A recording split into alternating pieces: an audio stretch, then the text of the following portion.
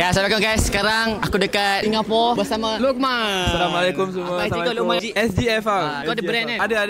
SGFR store kita jual candy dekat Singapura. Kalau Singapura of course aku kenal dia. Maybe Malaysia ramai juga yang kenal. Banyak buat konten dengan artis-artis. Ana Jobling lepas tu yang daripada UK tu. Beta Squad. Beta Squad. Chance. Aku kalau ada peluang aku nak tebuk chance tu. Oh, really? So kalau kau ada konten dia aku nak tebuk Okay, chance. boleh. Tapi amazingly, yang kalau tak tahu, dia dah pernah hafal 10 juzuk sebelum ni.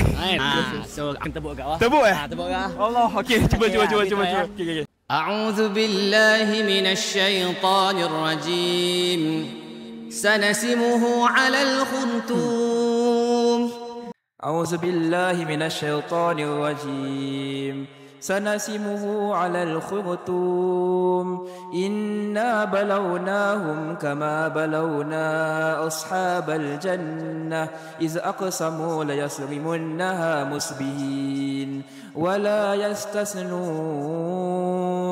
فطاف عليها طائف من ربك وهم نائمون فأصبحت كالصريم فتنادوا مصبحين أن اغدوا على حرثكم إن كنتم صارمين فانطلقوا وهم يتخافتون ألا يدخلنها اليوم عليكم مسكين وغدوا على حرد قادرين فلما رأوها قالوا إنا لضالون. Masya Allah. Dapat dah? Dapat. Alhamdulillah dapat.